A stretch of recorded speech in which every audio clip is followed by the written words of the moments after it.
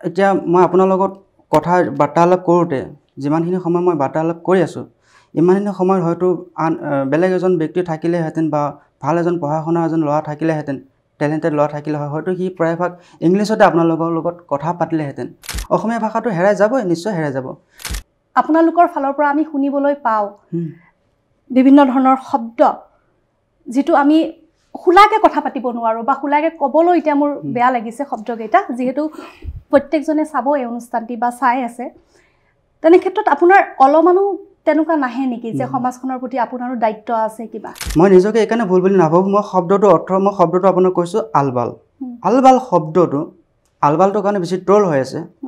আলবাল শব্দটোৰ অৰ্থ মই এইটোহে পাইছোঁ পঢ়ি পেলাই আলবাল শব্দটোৰ অৰ্থ জিতি যদি গীতটিত যদি কিবা অলপ হ'লেও ভাল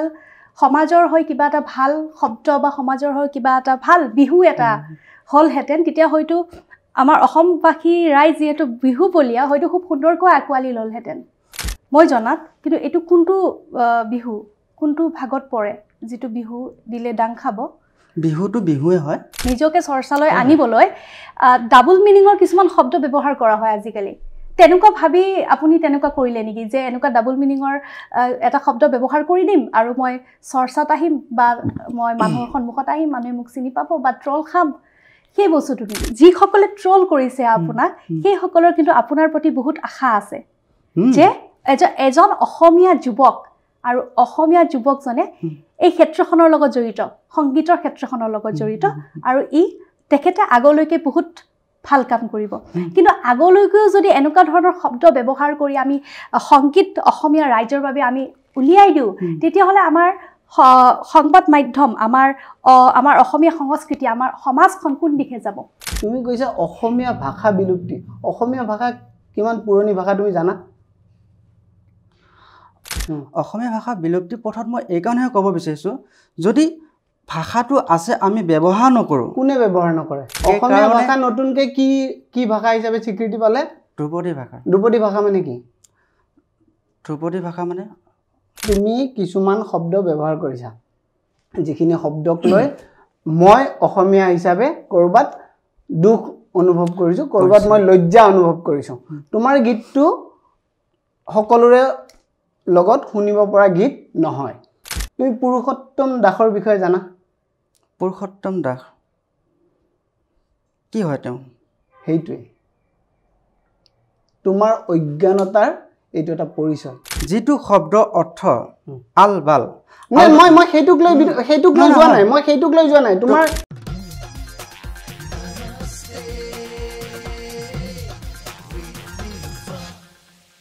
নমস্কাৰ নমস্তে উইথ নীলুফাৰ আজিৰ এই খণ্ডটিৰ মাজলৈ স্বাগতম নমস্তে উইথ নীলুফাৰ আজিৰ আলহী হৈছে সাগৰ দেউৰী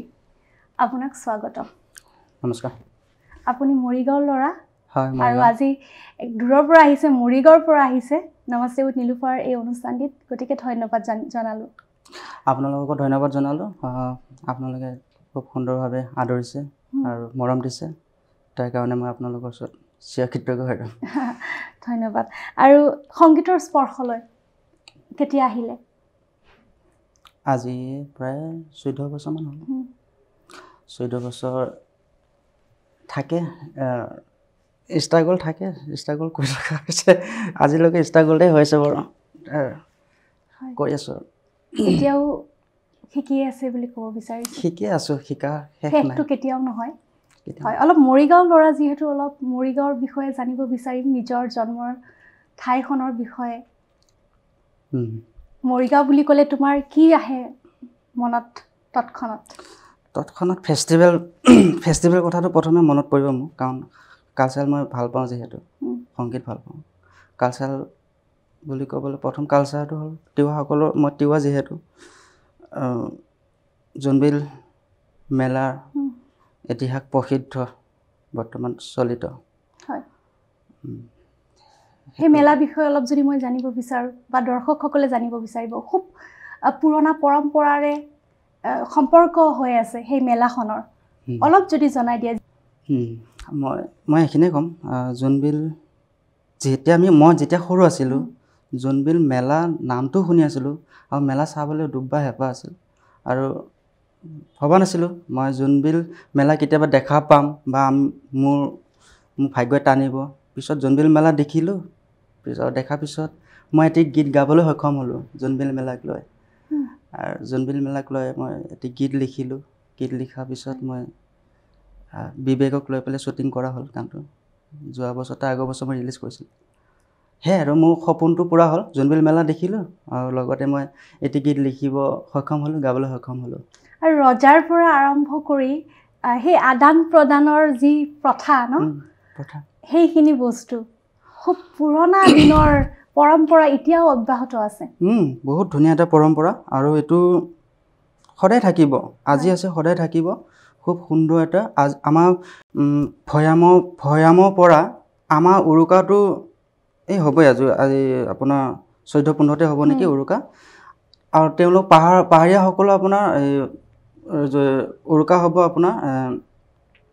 আমাৰ পৰা যিখিনি বিনিময় কৰি লৈ যাব তেওঁলোকে পিঠাগুড়ি সান্দহ পিঠা চাউল যিখিনি তেওঁলোকে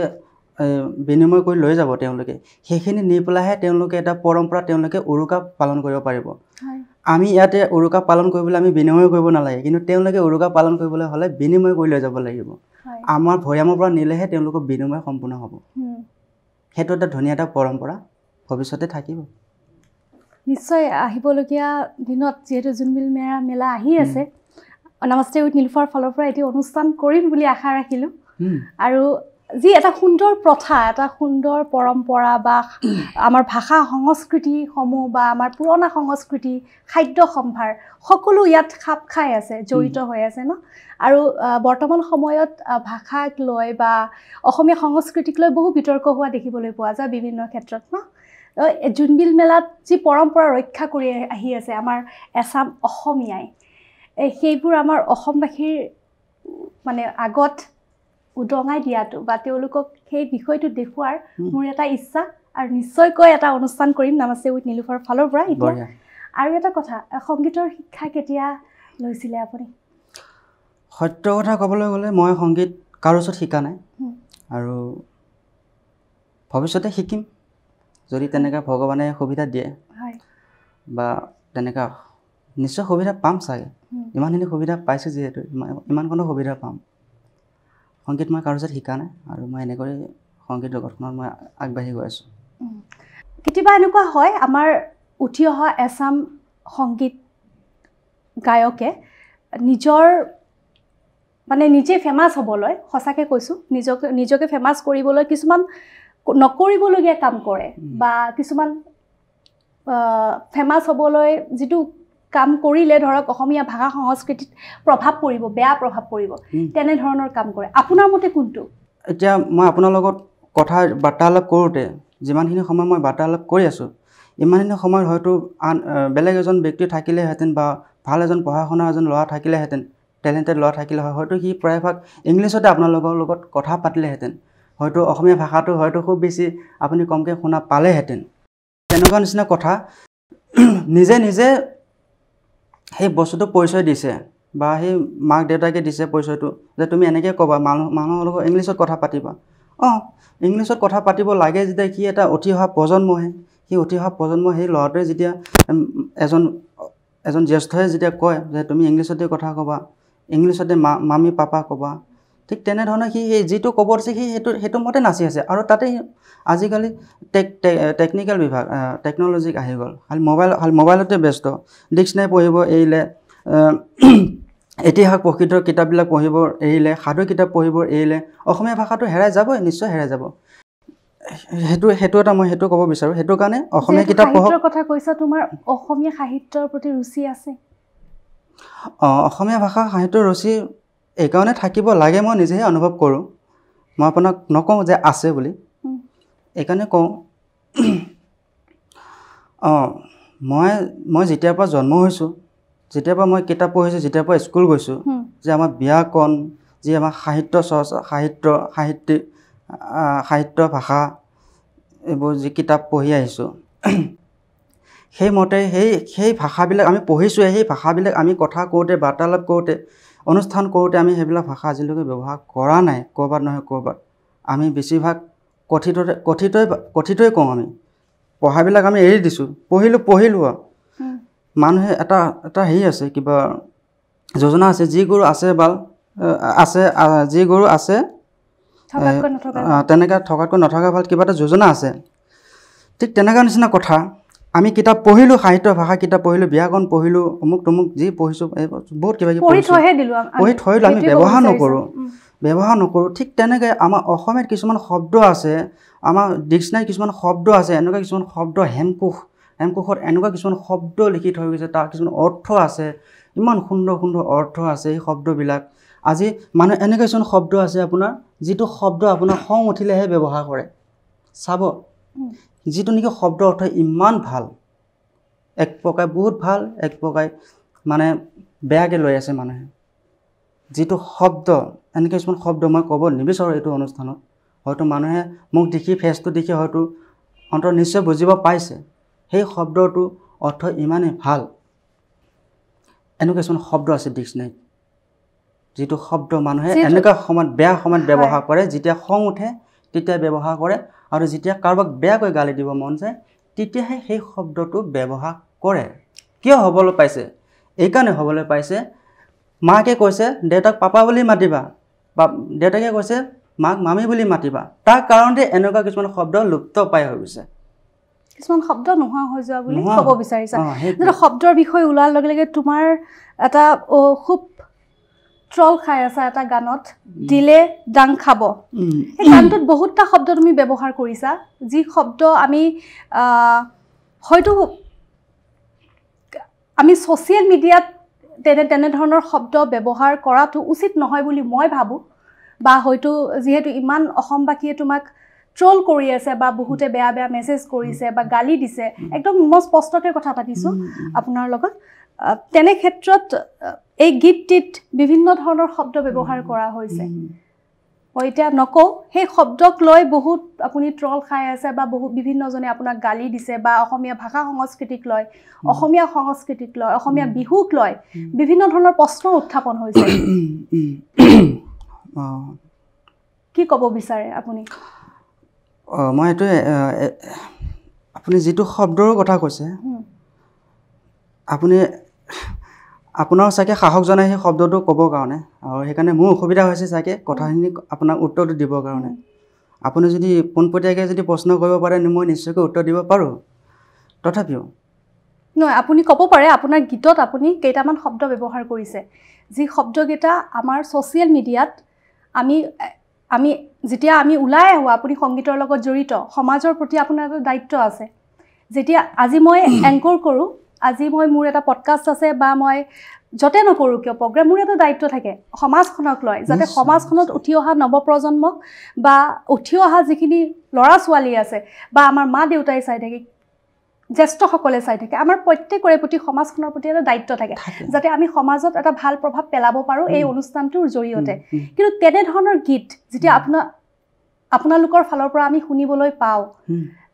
বিভিন্ন ধৰণৰ শব্দ যিটো আমি খোলাকৈ কথা পাতিব নোৱাৰোঁ বা খোলাকৈ ক'বলৈ এতিয়া মোৰ বেয়া লাগিছে শব্দকেইটা যিহেতু প্ৰত্যেকজনে চাব এই অনুষ্ঠানটি বা চাই আছে তেনে ক্ষেত্ৰত আপোনাৰ অলপমানো তেনেকুৱা নাহে নেকি যে সমাজখনৰ প্ৰতি আপোনাৰো দায়িত্ব আছে কিবা নিশ্চয় দায়িত্ব আছে সদায় থাকিব আৰু মই সদায় সমাজৰ হৈ এটা ভাল কাম কৰা ভাল এটা মেছেজ কৰা আৰু এইখিনি দায়বদ্ধতা অন্তত আছে আপুনি অলপ আগত যিহেতু কৈছে মোক এনেকুৱা কিছুমান শব্দ ব্যৱহাৰ কৰা হৈছে এনেকুৱা কিছুমান শব্দৰ হয় এনেকুৱা কিছুমান শব্দ ব্যৱহাৰ কৰা হৈছে যিটো শব্দ গানৰ মাধ্যমে বা ভিডিঅ'ৰ মাধ্যমে ছ'চিয়েল মিডিয়াত অকণমান অসুবিধাজনক হয় বুলি আপুনি অলপ আগত কৈছে অলপ অসুবিধাজনক নহয় ভালেখিনি অসুবিধাজনক কাৰণ মেছেজ যিবোৰ মেছেজ আপোনাৰ গীতটিৰ তলত যিখিনি মেছেজ পাইছোঁ বা অসমবাসীয়ে বা অসমৰ ৰাইজে যিখিনি লাজ পাইছে বুলি মই ক'ব লাগিব কাৰণ তেনেকুৱা ধৰণৰ শব্দ একাংশই ভাল পাব পাৰে কিন্তু যথেষ্ট সংখ্যক মানুহে বেয়া পাইছে হয়তো মই সেইটোৱে সুধিব বিচাৰিছোঁ কাৰণ আমাৰ এইখিনি দায়িত্ব নেকি অসমীয়া ভাষা আৰু সংস্কৃতিক লৈ মই আপোনাক এইটোৱে ক'ম আপুনি অলপ আগত কৈছে যে ক'বলৈ অসুবিধা হয় মই ক'বলৈ এইকাৰণে অসুবিধা নাপাওঁ যিহেতু কিতাপ পঢ়িলে আমি যিহেতু কিতাপ পঢ়ি আহিছোঁ আমি মোবাইল পঢ়া নাছিলোঁ কিন্তু আমি আজি মোবাইল পঢ়াৰ কাৰণে আপুনি কিতাপৰ কথা পাহৰি গৈছোঁ যিটো শব্দ মানুহৰ আগত কোৱা উচিত নহয় যিটো শব্দ মানুহৰ আগত কোৱা বুলি নাভাবে জনগণই কিয় নাভাবে আছে এনেকুৱা শব্দ যিটো শব্দ জনগণৰ মাজত কোৱা নাযায় যিটো শব্দ অনুষ্ঠানত কোৱা নাযায় যিটো শব্দ ব্যৱহাৰ কৰিব পৰা নাযায় তেনেকুৱা শব্দ আছে কিন্তু মই যিটো গানত যিটো কথাৰ কাৰণে ট্ৰল হৈ আছে যিটো শব্দ মই এইকাৰণে ক'বলৈ অকণো কণ্ঠবোধ নকৰোঁ অকণো মই বা নাভাবোঁ এইকাৰণে মই নাভাবোঁ কাৰণ এই শব্দটো নাভাবোঁ হয় মই নিজকে এইকাৰণে ভুল বুলি নাভাবোঁ মই শব্দটো আপোনাক কৈছোঁ আলবাল শব্দটো আলবালটোৰ কাৰণে বেছি ট্ৰল হৈ আছে আলবাল শব্দটোৰ অৰ্থ মই এইটোহে পাইছোঁ পঢ়ি পেলাই আলবাল শব্দটোৰ অৰ্থ যিটি বা অকথা অযথাই বাক্য কৰা বা অযথা লিখা বা এনে লিখা অবাবত লিখা সেইটোক মই পঢ়ি পেলাই তাৰ অৰ্থ মই এইটোহে পাইছোঁ বা কৰাকৈ কৈ থকা যি টি কৰা বা অকথা আলবালৰ শব্দটোৰ অৰ্থ এইটোহে যদি ডিক্সনাৰী প্ৰত্যক্ষ কৰা যায় চোৱা যায় তাৰ শব্দৰ অৰ্থ এইটোহে সেইকাৰণে মই যেতিয়া গানটোৰ সন্নিৱিষ্ট কৰিছোঁ এই শব্দটো মই তোমাক ভাল পাওঁ তুমি জানাই মই তোমাক অভিয়াছলি ভাল পাওঁ তুমি কোৱাকৈ কিয় কৈ আছা মই তোমাক ভাল পাওঁ কোৱাকৈ কৈ আছা মানে অকথা লেখাকৈ লিখা তাৰমানে সেই বস্তুটো মই সেইটোহে মোক মেছেজ কৰিব বিচাৰিছিলোঁ আলবাল মই চাইছোঁ গানটো তেনেকৈ আগতে তেনেকৈ ব্যৱহাৰ কৰা মই দেখা নাই ক'ৰবাত নহয় ক'ৰবাত থাকিব পাৰে মইতো দেখা নাই কিন্তু মই এবাৰ মই নিজে সন্নিৱিষ্ট কৰিলোঁ এইকাৰণে কৰিলোঁ চাওঁ এই শব্দ যিহেতু আছে মানুহে এইটো বেয়া সময়ত ব্যৱহাৰ কৰে যেনেকৈ মোৰ যেতিয়া খং উঠে মোৰ যেতিয়া কাৰোবাক বেয়াকৈ ক'বলৈ মন যায় অমুক তুমুক আবল তাবল যদি ক'বলৈ মন যায় তেতিয়া সেই শব্দটো আলবাল বুলি ব্যৱহাৰ কৰা যায় আজি নৱপ্ৰজন্মই ভাবিছে কি আলবাল এইটো বেয়া শব্দ আলবাল কি ইমান বেয়া কথা কয় ঠিক মানুহে তেনেকৈ কিছুমান আখ্যা দিয়ে কিন্তু একচুৱেলি সেইকাৰণে নুবুজাজনক বুজাই দিব লাগে যে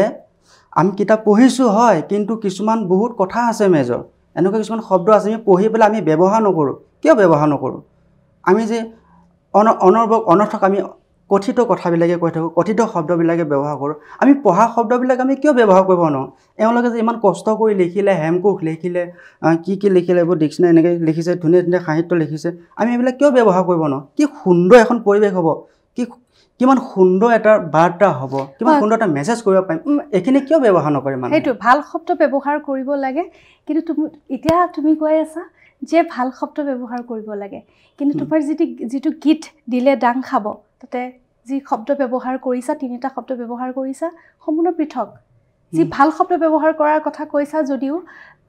যেতিয়া সমাজৰ মই কৈছোঁহে দেই যেতিয়া সমাজৰ দায়িত্বৰ কথা আহি পৰিল হয়তো ক'ৰবাত নহয় ক'ৰবাত অলপ পিছুৱাই গৈছা যেন মই অনুভৱ কৰিছোঁ হয়তো অসমবাসীয়েও অনুভৱ কৰিছে যদি গীতটিত যদি কিবা অলপ হ'লেও ভাল সমাজৰ হয় কিবা এটা ভাল শব্দ বা সমাজৰ হয় কিবা এটা ভাল বিহু এটা হ'লহেঁতেন তেতিয়া হয়তো আমাৰ অসমবাসী ৰাইজ যিহেতু বিহু বলীয়া হয়তো খুব সুন্দৰকৈ আঁকোৱালি ল'লহেঁতেন নিশ্চয় কিবা এটা বেয়া আছে গীতটিত যদি তুমি মানি ল'ব বিচৰা নাই যদিও কিবা এটা গীতটিত বেয়া আছে যিটোৰ কাৰণে ইমানখিনি ট্ৰল বা ইমানখিনি অসমবাসীৰ ৰাইজে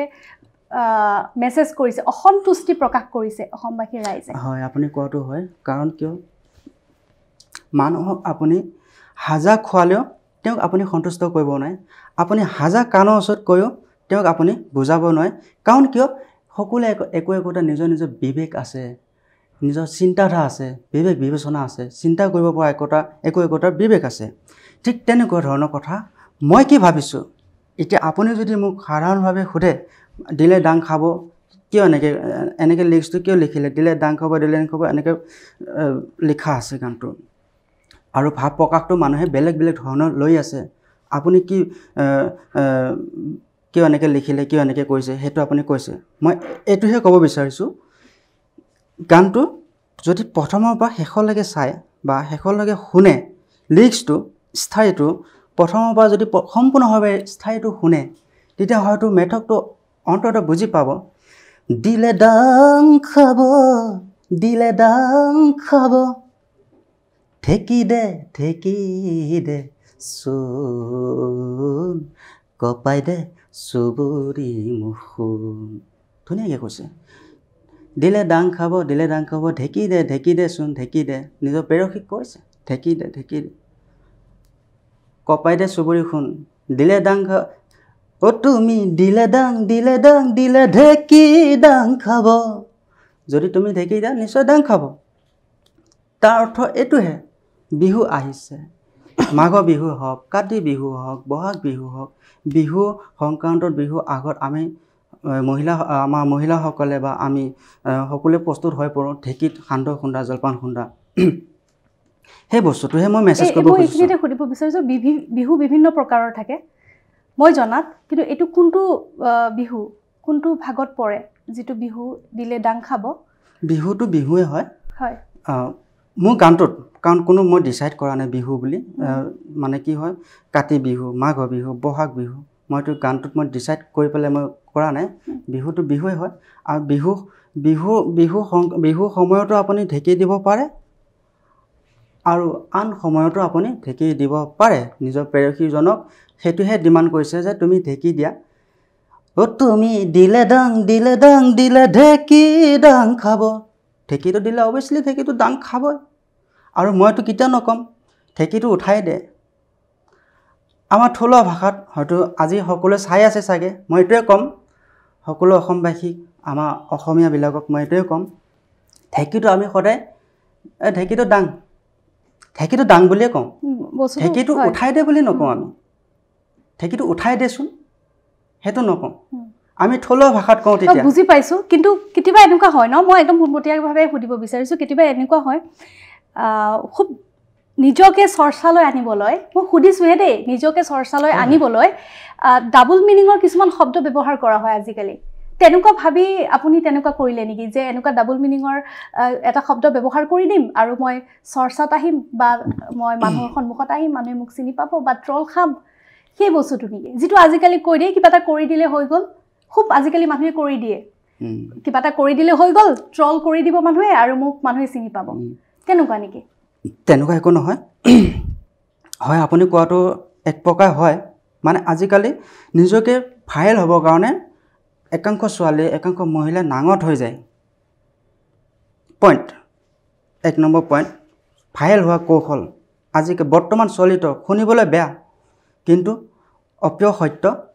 ভাইৰেল হ'বলৈ মহিলাসকলে নাঙত হৈ যায় 2 নম্বৰ কথা মই এইটোহে ক'ব বিচাৰিছোঁ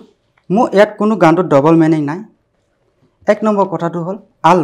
আলবাল শব্দটো হয়তো নাজানাসকলে আজি জানি লওক হয়তো মই কোৱা পিছত আজি ভিডিঅ'টো চাই পেলাই আপোনালোকে ডাইৰেক্ট আপোনালোকে ডিক্সনাৰীলৈ গুচি যাওক আৰু চাওক আলবাল শব্দটোৰ অৰ্থ কি সেইটো আপোনালোকে নিশ্চয় চাব পাৰিব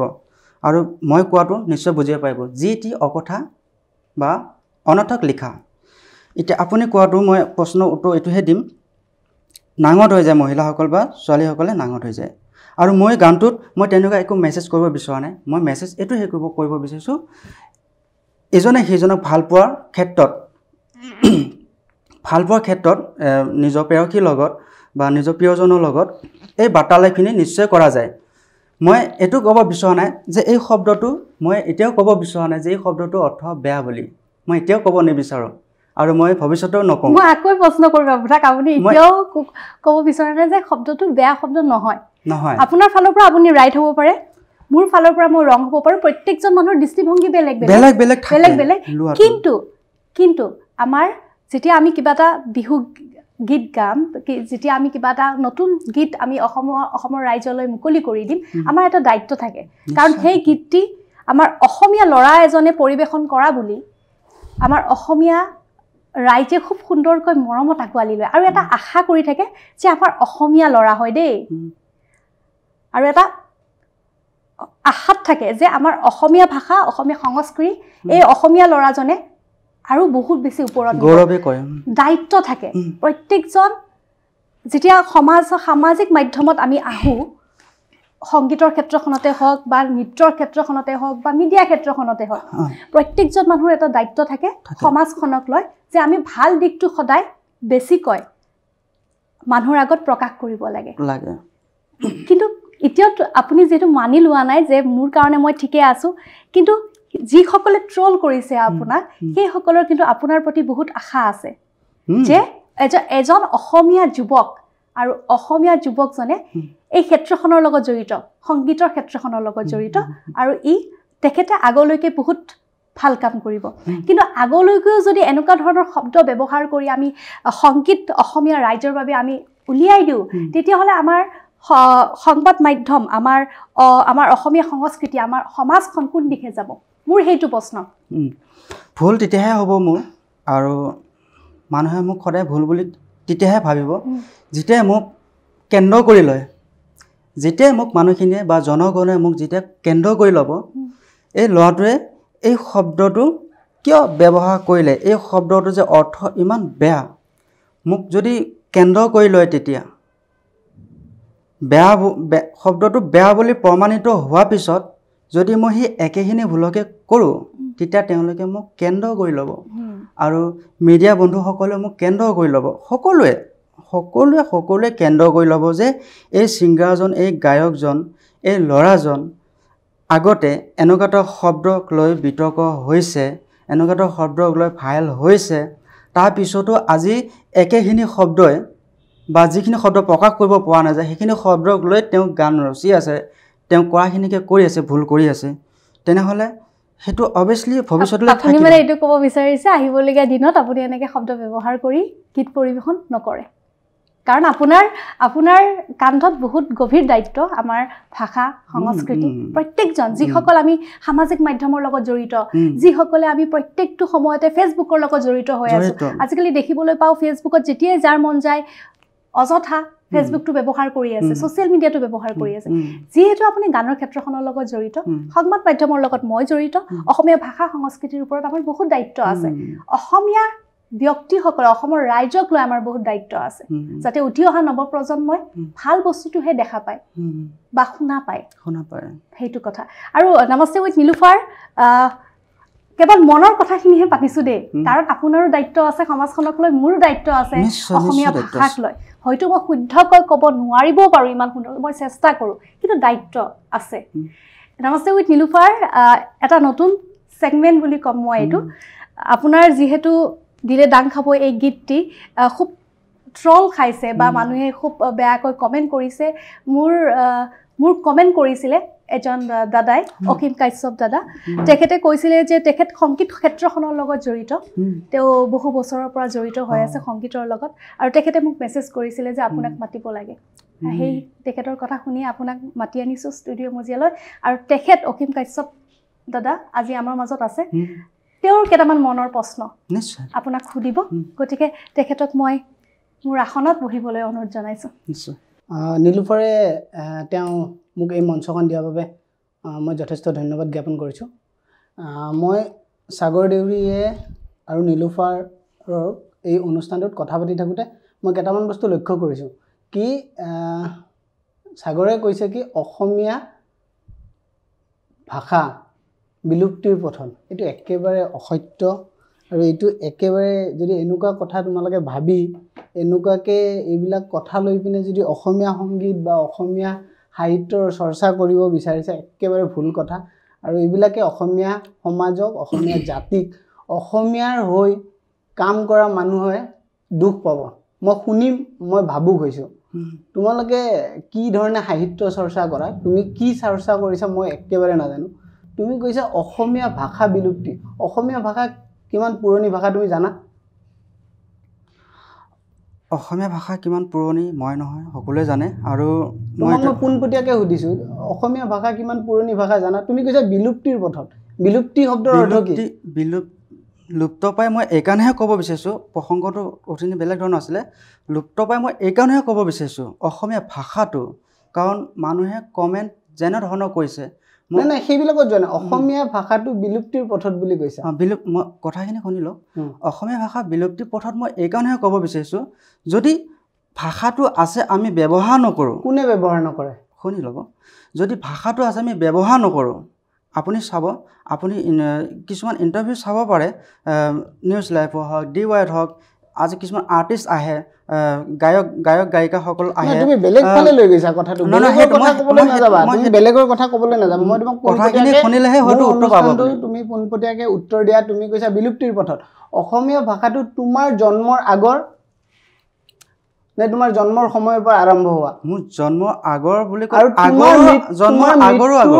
বহু যুগলৈকে অসমীয়া ভাষা থাকিব অসমীয়া ভাষা নতুনকৈ কি ভাষা হিচাপে স্বীকৃতি পালে থাকিব লাগে অসমীয়া ভাষা নতুনকৈ কি ভাষা হিচাপে স্বীকৃতি পালে ধ্ৰুপদী ভাষা মানে কি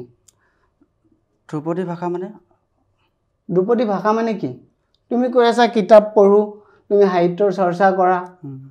বহুতে কিবা নকৰে কিবা কৰে ধ্ৰুপদী ভাষা মানে কি ধ্ৰুপদী ভাষা মানে আপুনি পোনপটীয়াকৈ যদি মোক এনেকৈ প্ৰশ্ন কৰে যেন মই এখন কাঠগড়াত বহি আছোঁ নহয় তুমি কাঠগড়াত বহিছা কাৰণ তোমাৰ এটি গীতক লৈ শুনা তুমি কথাটো আপুনি তেনেকৈ প্ৰশ্ন কৰিলে এক মিনিট মোৰ কথাটো শুনা তোমাৰ এটি গীতক লৈ অসমীয়া মানুহৰ মাজত অসমীয়া সমাজৰ মাজত এটা বিৰূপ ভাৱ প্ৰকাশ হৈছে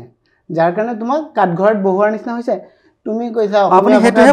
অসমীয়া ভাষা বিলুপ্তি বুলি কৈছা মই সেইটোৰ ওপৰত কৈছোঁ তুমি কোৱাৰ ওপৰতহে কৈছোঁ মই নতুনকৈ কোৱা নাই ঠিক আছে এইটো তোমাৰ ভুল হৈছে অসমীয়া ভাষা কেতিয়াও বিলুপ্তি নহয় যদি মোৰ ক'ৰবাত নহয় এইটো কথাটো কোৱাৰ কাৰণে ক'ৰবাত নহয় ক'ৰবাত ভুল হৈছে মই ক্ষমা খুজিছোঁ যদি বিলুপ্তি হোৱা বুলি কোৱাত যদি মোক ভুল হৈছে মই ক্ষমা খুজিছোঁ কেতিয়াও বিলুপ্তি নহয় কাৰণ চোৱা অসমীয়া ভাষা মই ক্ষমা খুজিছোঁ তাৰ কাৰণে মই ক্ষমা খুজিছোঁ ঠিক আছে সেইটো কথা মই আৱেগিক হৈছোঁ আৰু মই ভাবুক হৈছোঁ সেইটো নতুনকৈ তোমাৰ বুক ফেয়াৰ হৈছে বুক ফেয়াৰত কিমান কিতাপ অসমীয়া কিতাপ বিক্ৰী হৈছে তুমি জানা এইবাৰ বুক ফেয়াৰত কিমান কিতাপ বিক্ৰী হৈছে তুমি জানা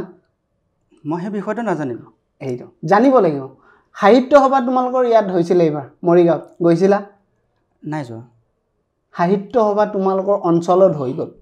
তুমি সাহিত্য সভালৈ নগ'লা মই নাছিলোঁৱে ক'ত আছিলা কেতিয়া হৈছিলে মই নাছিলোঁৱে যোৱা এই গানটো শ্বুটিং হোৱাৰ আগত কেতিয়া হৈছিলে অসম সাহিত্য সভা ডিচেম্বৰ 13 তাৰিখমানলৈকে মই নাই মই বাহিৰত আছিলোঁ সাহিত্য সভা হেৰি কেতিয়া হৈছে মৰিগাঁৱত অধিৱেশন কেতিয়া হৈছে মই নাজানো মই 13 তাৰিখে তুমি নাজানো বুলি কোৱা ডিচেম্বৰ 13 তাৰিখে মই আহিছোঁহে অসমত ডিচেম্বৰ 13 আছিলা তুমি মই বাহিৰত আছিলোঁ ঠিক আছে কিন্তু তুমি অসম সাহিত্য সভা মৰিগাঁৱত কেতিয়া হৈছে তুমি নাজানা তুমি সেই থকা সময়তে মৰিগাঁৱত অসম সাহিত্য সভা হৈছিলে ঠিক আছে এইটো গ'ল এতিয়া মই তোমাক কওঁ তুমি কিছুমান শব্দ ব্যৱহাৰ কৰিছা যিখিনি শব্দক লৈ মই অসমীয়া হিচাপে ক'ৰবাত দুখ অনুভৱ কৰিছোঁ ক'ৰবাত মই লজ্জা অনুভৱ কৰিছোঁ তোমাৰ গীতটো সকলোৰে লগত শুনিব পৰা গীত নহয় তুমি পুৰুষোত্তম দাসৰ বিষয়ে জানা পুৰুষোত্তম দাস কি হয় তেওঁ সেইটোৱে তোমাৰ অজ্ঞানতাৰ এইটো এটা পৰিচয় পুৰুষোত্তম দাস কোন তুমি নাজানা তুমি সংগীতৰ জগতত কাম কৰিব আহিছা যিজন মানুহে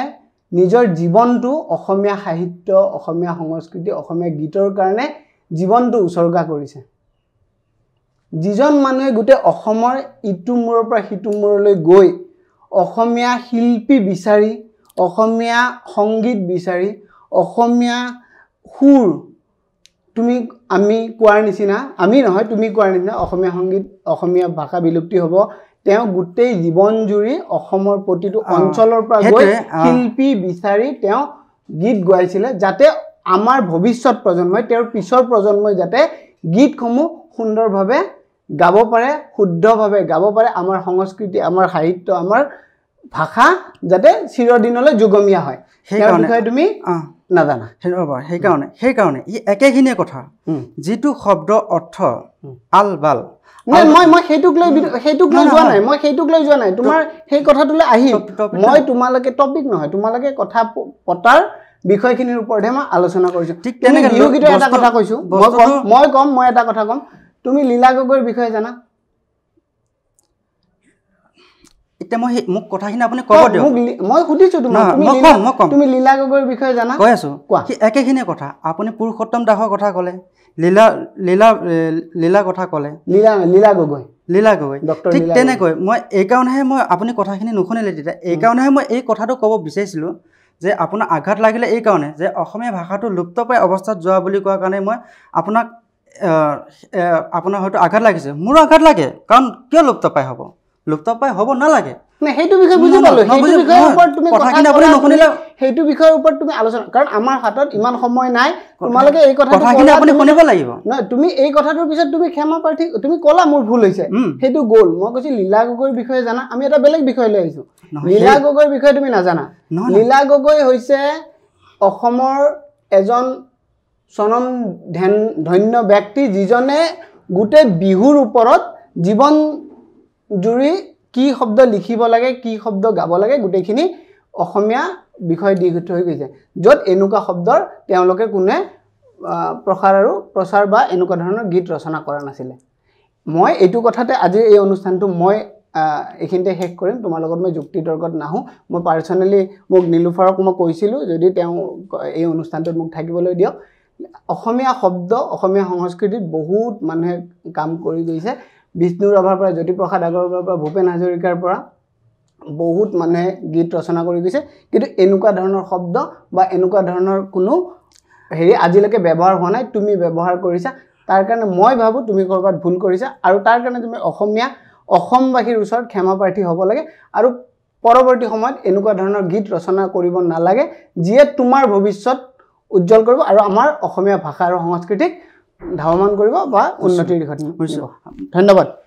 যেহেতু তেওঁ গেষ্ট আছিলে আমাৰ আৰু তেওঁ যেহেতু অসমীয়া ভাষা সংস্কৃতি বা সংস্কৃতিখনৰ লগত সংস্কৃতি জগতখনৰ লগত জড়িত আৰু তেওঁৰ কবাত নহয় কবাত গাত লাগিছে আপোনাৰো কবাত নহয় কবাত গাত লাগিছে যেহেতু কোনো ধৰণৰ স্ক্ৰিপ্টিং প্ৰগ্ৰেম নহয় যে যিকোনো প্ৰগ্ৰেম কৰাৰ আগত স্ক্ৰিপ্ট এখন লিখা হয় তেনেকুৱা নহয় এজন গেষ্টে ৰিকুৱেষ্ট কৰিছিলে আৰু তেওঁক মাতি অনা হৈছিলে যে আপোনাৰ পোনপটীয়াভাৱে প্ৰশ্ন কৰাৰ তেওঁৰ যিটো ইচ্ছা আৰু তেওঁ গীতটিত চোৱাৰ পাছত তেওঁ কবাত নহয় কবাত আবেগিক হৈ পৰিছে অসমীয়া ভাষা আৰু সংস্কৃতিৰ ওপৰত গতিকে যিয়ে নহওক আমাৰ প্ৰত্যেকৰে এটা দায়িত্ব থাকে আপোনাৰো এটা দায়িত্ব আছে মোৰো এটা দায়িত্ব আছে যেহেতু আপুনি সংগীতৰ ক্ষেত্ৰখনৰ লগত জড়িত মই মিডিয়া এই ক্ষেত্ৰখনৰ লগত জড়িত আমাৰ এটা দায়িত্ব যে আমি অসমীয়া ভাষা সংস্কৃতি আৰু আমাৰ সমাজখনৰ কাৰণে সদায় ভাল ভাল কাম কৰি যাব লাগে সেয়া ভাষাৰ জৰিয়তে নহওক কিয় সেয়া গানৰ জৰিয়তে নহওক কিয় সেয়া শব্দৰ জৰিয়তে নহওক কিয় গতিকে মোৰ ফালৰ পৰা কিবা যদি বেয়া পাইছে বেয়া নাপাব আমি এনেকৈ আগুৱাই যাব লাগিব অসমীয়া ভাষা সংস্কৃতি আৰু শব্দৰ ওপৰত ভাষা সুন্দৰ সুন্দৰ উঠি অহা নৱপ্ৰজন্মক আৰু ভাল ভাল বস্তুবোৰ আমি দেখুৱাই দি যাব লাগিব আমাৰ ওপৰত বহুত দায়িত্ব আছে গতিকে নমস্তে উইথ নীলুফাৰ এই অনুষ্ঠানটিত অহাৰ বাবে বহুত ধন্যবাদ আৰু নমস্তে উইথ নীলুফাৰ আজিৰ এই খণ্ডটিৰ পৰা বিদায় লৈছোঁ ধন্যবাদ